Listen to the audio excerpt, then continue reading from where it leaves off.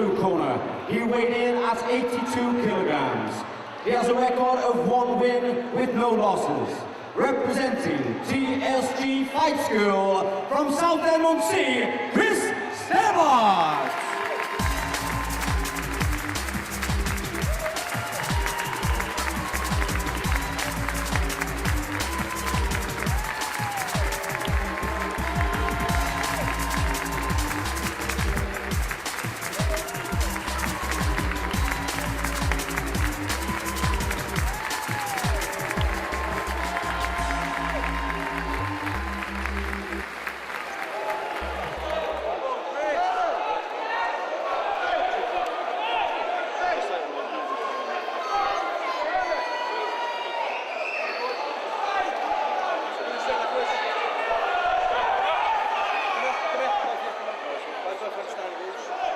Stop. I've been over the walls with both. I've been over the walls with the walls again.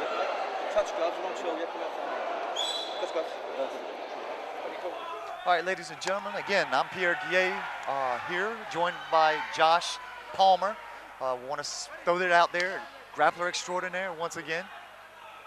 Okay, guys, we have the black sprawl shorts, Tom Webb.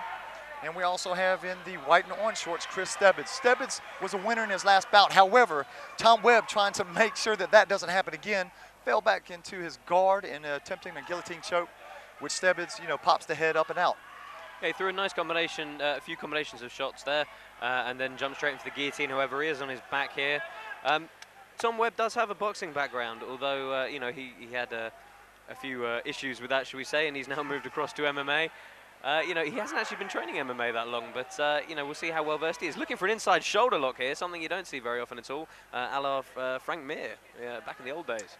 Now, I'm trying to think of who he caught that on back in that UFC. Pete Williams. Pete Williams, and I tell you what, it revolutionized the sport, because I tell you what, nobody had seen it prior to that. Now look at this here, we have Tom Webb trying to throw up kicks. He needs to be careful, because this is a semi-pro bout. Stebbeds moving out to side mount. However, Webb does have control of the head, but really not going to do much for him unless, however, he has half guard. So a little bit of control there, not as much as if he would have had full guard. Now what I'd like to see Tom Webb do in half guard is get up onto a hip.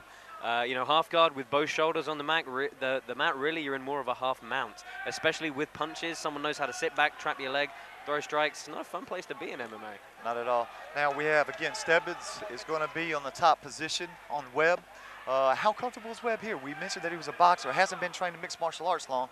This is a scary place for a boxer with his back to the mat. But he doesn't have to worry about the headshots, so, that's mitigated a certain amount for him.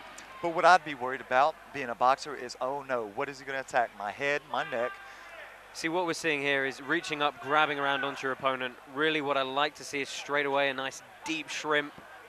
Really it's one of the fundamentals of mixed martial arts that I think anyone needs to grasp before they come for a fight, is straight away an escape from mount, because as you say, it's not a position you want to be stuck in. So Tom Webb, being the boxer, maybe he's trying to grab him and maybe get a ref stand up because of lack of experience of doing things like the shrimp to get out of that bad position.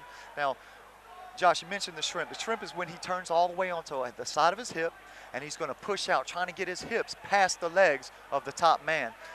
Yeah, he's going to turn onto his side, he's going to connect his knee to his elbow and try and scoop his opponent's leg in between and regain half guard.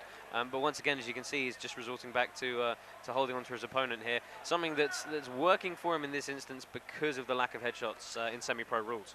Not only that, when you're pulling your opponent down on you, you're actually pulling his weight. You're doing a lot of work for not much in return. You're doing his job for him. Exactly. Now, Stebbeds has maintained that mount position for the last couple of seconds. Let's see if he can transition maybe into an arm bar. I know he was fishing for a Kimura earlier on in the round. Let's see if he can connect with anything submission-wise. Yeah, it'll be interesting to see if we come into the second round soon. We know Stebbeds can go 2 rounds. He won his last fight by decision back at UWC 12. It'll be interesting to see how the boxer, the ex-boxer making his debut, it does with the longer rounds. Now, if you notice, okay, Stebbeds before the stand-up was trying to work for that Kimura. He was actually using his head, and in wrestling and jiu-jitsu and stuff like that, the head can be a third arm, if you know what I mean. Yeah. He's got to know he's behind in this round, so he's got to look to spinning back fist there. I love when guys, throw something that's exciting, visually. That was amazing. Even though it didn't land, got the fans on the edge of their seats. Now we have Webb, who's maintaining the, now see, a pause there for me because he did something that I wouldn't recommend doing as a boxer with limited MMA background, pulling somebody to the ground. I would have liked for him to make distance and, you know, start getting that jab working, start getting the 1-2, trying to work combinations. However, now we have Stebbeds in a good position, being that he's the more experienced mixed martial artist on the ground. End of the round there, Pierre, and we see at the end Tom Webb actually playing a little bit to the crowd, saying, oh, look, I'm on my back, you can't hit me in the head. You know, to be honest, you shouldn't be on your back, you shouldn't be mounted. He's really got to sort that out for round 2, otherwise, you know, he's going to be losing this one. Okay, so I would say that we have Stebbeds ahead just on points, good transitions on the ground. He was fishing for some submissions, wasn't able to connect on any. Again, ladies and gentlemen, we're at UWC 13 Invasion here at the South End Leisure and Tennis Center. We're moving on into the second round of a semi-pro bout. We have Chris Stebbeds in the white and orange shorts, as well as Tom Webb in the black sprawl shorts. Touch of gloves in the center of the ring. Superman punch from Webb doesn't quite connect. However, he's throwing the combinations. Stebbeds doing the smart thing, looking to possibly go for a double leg takedown. However, Webb was able to defend that. I'm very, very surprised that Tom Webb opted for the head down, head on the chest, swing the body shots option. I really would have expected him to circle out, throw, you know, longer range strikes, try and keep it standing. And now he finds himself pressed up against the fence, you know, on the ground again. But how much of that is just inexperience of working, you know, his cage craft, you know? But saying that in boxing, you would do the exact same thing. You wouldn't stand straight in front of your opponent because you're more likely to get hit. You want to jab, circle out, throw combinations, and maybe it just might be, you know, a new game, some pre-fight nerves, you know, that are showing, being that this is his first MMA bout. Now we have Stebbeds moving into the top position in the mount position, peeling off the head once again. Yeah, passing through that half guard really with no trouble at all. There wasn't any effort to turn onto his side and, you know, get a shin across to block the hip or anything like that. You know, it's just inexperience on the grappling front, really, we're seeing here. But here's the thing, fair play to both guys coming into the ring, especially for Tom Webb, even though he doesn't have that much MMA experience, taking on a more seasoned veteran in Chris Stebbeds. And right now, I think that Stebbeds is winning just based purely off of the positioning. Now, what perhaps I'd like to see here is Chris Stebbeds look for a much more aggressive mount, perhaps move to an S mount, you know, start making use of, or taking advantage, rather, of those extended arms that Tom Webb keeps putting out. Now, explain to the folks back home, you said that he moved into an arm bar, That's missed it.